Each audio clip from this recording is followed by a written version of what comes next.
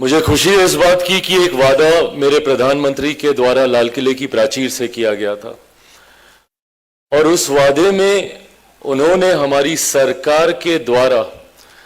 आने वाले दिनों में उठाए जाने वाले कुछ मेजर जीएसटी रिफॉर्म्स का उन्होंने जिक्र किया था और उन्होंने इस बात के संकेत दिए थे कि आने वाली दिवाली सही मायनों में देशवासियों के लिए दिवाली खुशियां लेकर आएगी, उनके जीवन में खुशहाली लेकर आएगी। और आज जब हम लोग नवरात्रि पे महाअष्टमी के दिन यहां मौजूद हैं, तो इसी नवरात्रि के पहले दिन की शुरुआत में ही प्रधानमंत्री जी ने अपने उस वादे को धरातल पर उतारने का कार्य किया। मुझे जब से ये सौभाग्य प्राप्त हुआ कि मैं खाद्य प्रसंस्करण उद्योग विभाग की जिम्मेदारी, इस मंत्रालय की जिम्मेदारी मैं संभालूं, जब से प्रधानमंत्री जी के द्वारा ये उत्तरदायित्व मुझे दिया गया, तब से निरंतरता में जितना संपर्क मेरा इंडस्ट्री के लोगों से हुआ, एक विषय जो बार बार निरंतरता में आप सबके द्वारा उठाया जाता था वो था जीएसटी रिफॉर्म को ही लेकर। जितनी बार मेरी इंडस्ट्री लीडर से मुलाकात हुई और अलग अलग मंचों पर मुलाकात हुई, राष्ट्रीय स्तर पर, क्षेत्रीय स्तर पर, अलग अलग राज्यों में पर्सनल मुलाकातों के दौरान एक विषय जो सबसे ज्यादा उठकर आता था वो जीएसटी को लेकर ही आता था और बार बार आपके द्वारा यह आग्रह किया जाता था कि जिस तरीके से जीएसटी की दरें हैं, इससे इंडस्ट्री को ग्रो होने में रुकावटें उत्पन्न हो रही हैं। ऐसे में आप सबने ये मांग बार बार की थी और मैंने भी आपको ये विश्वास दिलाया था कि मेरा प्रयास बतौर मिनिस्टर फॉर मॉफपी ये रहेगा कि मैं वो ब्रिज बन सकूं आपके और सरकार के बीच में। आपकी बातों को मैं सरकार के हर उस मंच तक लेकर जा सकूं जहां पे आपकी समस्या का समाधान हो सके। आज मुझे खुशी है कि साल भर के आसपास हुआ है मुझे इस मंत्रालय की जिम्मेदारी संभाले हुए, और इन साल भर के भीतर हमारे फूड प्रोसेसिंग सेक्टर की जो सबसे बड़ी समस्या थी, उसका सबसे ज्यादा लाभ अगर किसी सेक्टर को मिला है तो वो हमारे ही सेक्टर को मिला है। फूड प्रोसेसिंग के अलग अलग वर्टिकल्स को अगर आप देखें, जिस तरीके से रियायतें दी गई हैं और लगभग 95% हमारी कमोडिटीज ऐसी हैं जिनको 0 से 5% के दायरे में लाया गया है। मैं ये मानता हूं कि आजादी के बाद के सबसे बड़े रिफॉर्म्स में से ये एक रिफॉर्म है और यकीनन इस रिफॉर्म को जिस सोच के साथ हमारी सरकार ने लिया, उसका लाभ हम लोग जनता तक पहुंचाएं, अब ये जिम्मेदारी हम सबकी बनती है। और आज जब मैं यहां आप लोग के बीच में मौजूद हूं, आप सबके विषयों को सुनते हुए पुनः यह आग्रह एक बार आपसे करूंगा कि जिस सोच के साथ मेरी सरकार ने, मेरे प्रधानमंत्री जी ने, वित्त मंत्री जी ने जीएसटी को लेकर इतने बड़े रिफॉर्म्स लिए हैं,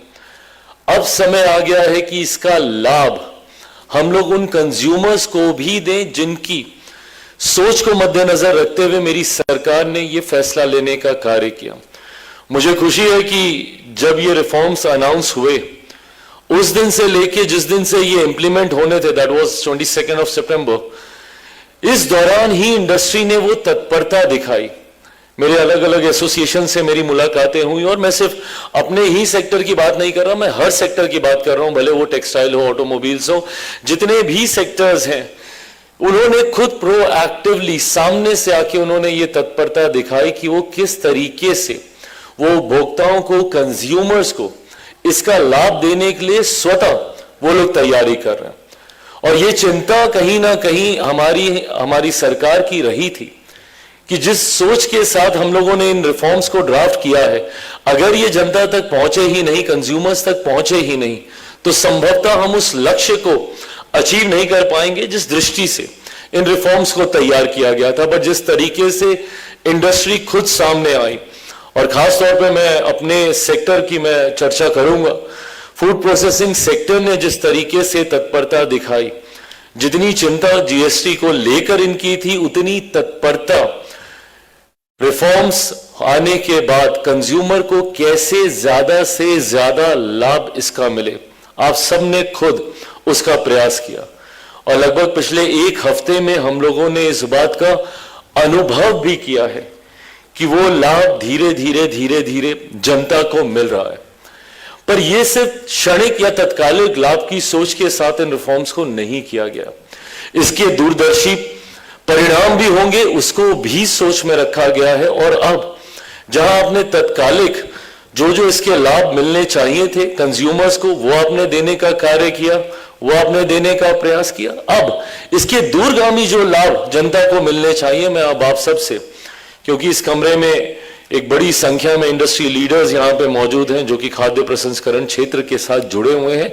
अब मैं चाहूंगा कि धीरे धीरे उस पर भी हम लोग चर्चा शुरू करें। जब ये जीएसटी रिफॉर्म्स हुए तो स्वाभाविक है buying power, buying capacity consumers की बढ़ेगी। उनकी जब जेब में जब ज्यादा पैसा बचेगा तो वो ज्यादा डिमांड क्रिएट करेंगे मार्केट में, कंजप्शन ज्यादा होगा। जब कंजप्शन ज्यादा होगा तो स्वाभाविक है कि इंडस्ट्री को भी ग्रो करने का मौका मिलेगा। अब यहां पे बैकवर्ड लिंकेजेस को मद्देनजर रखते हुए कैसे हम लोग व्यवस्था को और ज्यादा सशक्त करें, यहां से अब हम लोग को उसका प्रयास अब शुरू करना है। जहां एक तरफ हम लोगों ने रिफॉर्म से डिमांड क्रिएट होंगी, ये हम लोग सब जान रहे हैं, बट कैसे हम लोग अब इस डिमांड का लाभ लेकर अपना विस्तार हम लोग करें। मैं अपने मंत्रालय को सिर्फ इन स्कीम्स तक ही सीमित नहीं रखना चाहता हूं। इंडस्ट्री से बेहतर कोई नहीं जानता होगा कि कहां पे हम लोग सुधार कर सकते हैं जो कि बॉटलनेक्स को क्लियर कर सकें। भाई इसका थोड़ा इको कम करेंगे आप, आवाज गूंज रही। ना सिर्फ इंडस्ट्री से स्कीमों तक ही नहीं, मैं चाहता हूं कि इंडस्ट्री बैठे आपस में चर्चा करे इन टर्म्स ऑफ पॉलिसी भी। हम लोग क्या चेंजेस कर सकते हैं, क्या पॉलिसी चेंज आने चाहिए, क्या नीतिगत ऐसे बदलाव आने चाहिए, क्या नीतियों में ऐसा सुधार किया जाना चाहिए या जोड़ा जाना चाहिए। मॉफी को लेकर, मेरे विभाग को लेकर, प्रोसेसिंग इंडस्ट्रीज को लेकर क्या ऐसे चेंजेस हों जो संभवतः इस क्षेत्र को और ज्यादा मजबूती दे सके, जिसको आपको और ज्यादा उसका लाभ मिल सके, ताकि आप अपना विस्तार और बेहतर तरीके से आप कर सकें। कुछ एक आध बातें जो यहाँ पे जिन लोगों ने अपना पक्ष रखने का कार्य किया, जिन लोगों ने अपनी बातों को रखा, उसमें ये PMKSY जो कि मेरे ही मंत्रालय की एक स्कीम है, उसमें ये विषय सामने आया कि एप्लीकेशन की डेट से ही इन्वेस्टमेंट को काउंट किया जाना चाहिए। शायद गोयनका साहब आपने पूछा, वो किया जा रहा है। मैं इस बात को मैं बता दूं क्योंकि वो इसी बार की गाइडलाइंस में हम लोगों ने इस बात के बदलाव किए। निरंतरता में इंडस्ट्री से संपर्क साधता हूं तो मुझे समझ में आते हैं कि कहां पे बॉटलनेक्स है, और मुझे ये बहुत लॉजिकल खुद ही लगा कि स्वाभाविक है कि भैया जिस दिन से ये आया है EOI और उसके बाद जब तक आपको वो मिलता है उस दौरान एक समय बीत जाता है, और उस दौरान आप हाथ पे हाथ धर के इंडस्ट्री बैठती नहीं है, वो अपने कार्य में लगी रहती है। तो उस इन्वेस्टमेंट को भी हम लोग काउंट कर रहे हैं, तो इसलिए इस बात को लेकर एकदम निश्चिंत रहें। अब आप जिस भी स्कीम में PMKSY के आप डालेंगे तो आपको डेट ऑफ एप्लीकेशन से ही आपको मिलेगा। इन्वर्टर ड्यूटी स्ट्रक्चर का भी आपने जिक्र किया था, उसमें भी जो मुझे बताया गया है कि 1 नवंबर से ही 90% रिफंड प्रोविजनल बेसिस पे मिल जाएगा और वो ऑटोमेटिक होगा, उसके लिए कोई आपको प्रयास करने की जरूरत नहीं पड़ेगी, और बाकी का 10% in due course of time आपको वो फॉलो करेगा। ये तो खैर इस स्कीम को लेकर जो आपकी चिंताएं थी, बट जैसा मैंने कहा कि मैं अपने विभाग, अपने मंत्रालय को सिर्फ स्कीम योजनाओं तक ही नहीं सीमित रखना चाहूंगा, और आज इस कमरे से बेहतर और क्या ही जगह मिलेगी जहां पे इंडस्ट्री के तमाम बड़े साथी यहाँ पर मौजूद हैं। तो मैं चाहूँगा कि पॉलिसीज़ में भी अगर आप लोग सुझाव दें कि हम लोग क्या बदलाव कर सकते हैं जिसकी वजह से ये सेक्टर ग्रो करे। चाचा चौधरी जी की तरफ से भी एक चिंता सामने आई थी जिसमें इन्होंने कहा था कि अगर कोई एक डॉक्यूमेंट अगर मिसिंग हो जाता है, ये हो जाता है, तो पूरी स्कीम खारिज कर दी जाती है। ऐसा नहीं होता। ये चिंता मेरे लिए भी थी क्योंकि मैं समझता हूँ कि कई बार कई ऐसी योजनाएं होती हैं जिसमें गांव देहात जो कि कागज पत्री में संभवतः अभी तक उतने ज़्यादा सामर्थ नहीं हुए हैं और वो किसी ना किसी की मदद से ही अपना डॉक्यूमेंटेशंस पहुंचाते हैं। मेरे द्वारा मेरे तमाम अधिकारियों को ये क्लियर इंस्ट्रक्शंस है कि जहां पे भी ऐसा लगे क्लैरिफिकेशन सीख करें, और हम लोग करते हैं। हम लोग वो मौका देते हैं, वो सेकंड चांस हम लोग ज़रूर देते हैं, और उसमें मेरा मंत्रालय स्वयं मदद करता है। जहाँ पे हम लोग खुद इंटरवीन करके